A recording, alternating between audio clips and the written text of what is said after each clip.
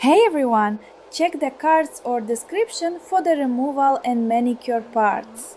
In the corner you see our final goal. Check the info cards for the prep.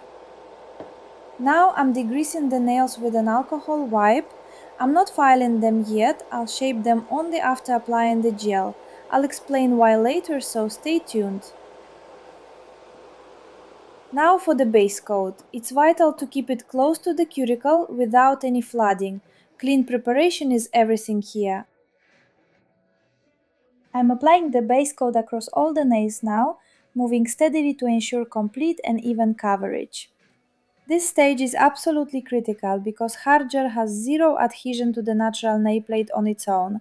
It only bonds effectively with the base coat. Think of the base as the primary anchor for the entire structure. As I finish the rest of the hand, remember that the base is engineered specifically for this chemical bond. Many technicians struggle with lifting, and it's usually because the base wasn't applied thoroughly or the initial preparation wasn't clean. We are aiming for a solid foundation that lasts for weeks. I'm working very carefully to ensure every single millimeter of the nail plate is covered before we even think about touching the hard gel. This is what makes a professional Russian manicure stand out, the extreme attention to these hidden layers that ensure durability and long-term strength. Take your time during this step. Rushing the base application is a mistake that leads to lifting or chips later on. Furthermore, a smooth base layer makes the subsequent gel application much easier as it provides a uniform surface for the product to glide over. Precision here pays off in the final result. Now that our base is perfectly set and cured, we are finally ready to start building the architecture.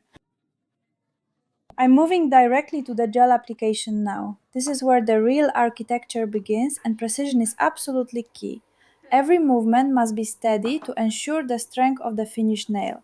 This step defines the entire look, so let's begin the structuring process immediately.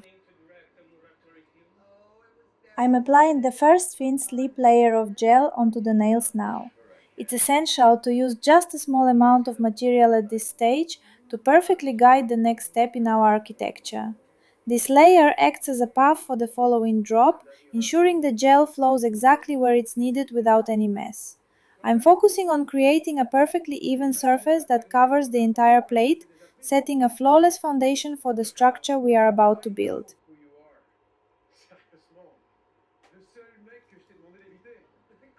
Now I'm adding a larger drop of gel to create the correct architecture and distribute it evenly across the surface. My goal here is to build a perfect apex that provides the necessary strength while keeping the overall look elegant and natural. Notice how the material follows the slip layer I created previously. Proper distribution at this stage is the secret to a professional finish that requires almost no filing later. I'm carefully guiding the gel toward the sidewalls and the free edge.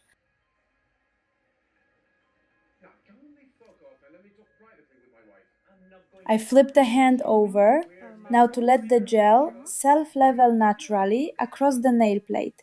Gravity does all the work for me here, ensuring the product settles into the correct position and creates a smooth, balanced surface. I just wait for the gel to find its place without wasting any extra time on manual adjustments or checking highlights. While I finish applying the gel to the rest of the hand, I want to share an essential technical secret. You might have noticed that I intentionally did not file the natural length before starting with the gel. This is a deliberate choice. If I had shaped the nails first, the material would tend to thin out at the very edges. This thinning is often the cause of premature chipping. By waiting until after the gel is cured to file the length, I can precisely control the final thickness of the free edge to ensure maximum durability. When you file through the cured material, you are carving the nail to its perfect structural state. This ensures the tip has exactly the amount of reinforcement needed for weeks of wear. This technique is a total game changer for the silhouette. It allows for those crisp, sharp lines that give the manicure a truly expensive look. As you watch the rest of the hand, notice how smooth the material remains. We are aiming for a surface that looks like glass, requiring only minimal refinement later. This approach not only enhances strength, but also reduces the amount of final filing needed, which saves time. It creates a seamless transition from the apex to the free edge, ensuring that the final form is both elegant and structurally sound. It's all about working smarter to achieve that flawless finish that high-end clients absolutely love. This method allows the gel to provide maximum reinforcement exactly where it is needed most. Once the curing is complete, we will remove the sticky layer and finally move into that satisfying shaping phase. The polymerization is complete and the nails are perfectly structured. Now I'm getting ready for the final shaping phase. After curing, there's always a sticky inhibition layer on the gel, so it's essential to remove it thoroughly to ensure a clean surface for the file. I always prioritize using fresh abrasives to maintain the highest hygiene standards for my clients. Removing the sticky layer also allows me to see the true architecture before I start refining the silhouette. Let's get right into the filing process. I'm using a 150 grit file for this stage. I'm starting to define the length, focusing on achieving a truly elegant almond shape. It's crucial to maintain this specific length to keep the proportions perfect. If we went even a millimeter shorter, we would lose that sophisticated silhouette and end up with what we call a hazelnut look. Proportions are everything when you want a high-end result.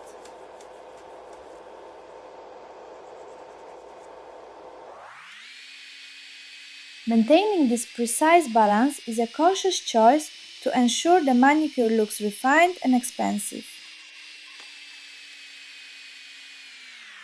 I'm finishing up the filing on the first few nails now, smoothing out the surface to achieve a flawless finish. The goal is a perfect reflection that highlights the strength of our structure without adding any unnecessary bulk. I'm continuing the filing on this hand, refining every detail until the silhouette is perfect. Now, at exactly this moment, I'm making the transition over to the second hand. I'll start by matching the length to what we've already achieved, ensuring total consistency in our design across both hands.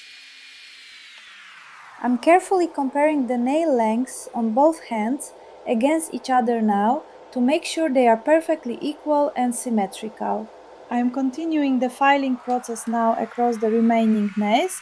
I have to be very attentive to the side wall parallels to ensure the shape remains perfectly elegant and balanced. I am carefully tucking in the lower parallels to leave the overall look of the almond. This simple adjustment prevents the nail from looking wide, heavy or droopy from the side view. Even on a shorter length, these parallels are what define the whole silhouette and give it that high-end professional touch. Notice the specific way I guide the file underneath the edge. I'm looking for total smoothness.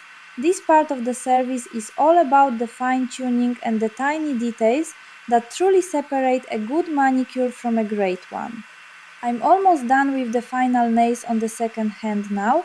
Precision has always been my signature and I want every single one of these nails to look flawless and consistent before we move to the next step. As I finish, I'm checking the surface for any remaining shadows or bumps. We are nearly there and the structure is now looking incredibly sharp and ready for the perfect color application. Checking the length and the shape one more time to make sure everything is okay. Symmetry looks good. We are finally ready to move on to the color application. I'm finishing up now and dusting everything off the client's hands. If you like this transformation so far, don't forget to like and subscribe for the next video. See you soon!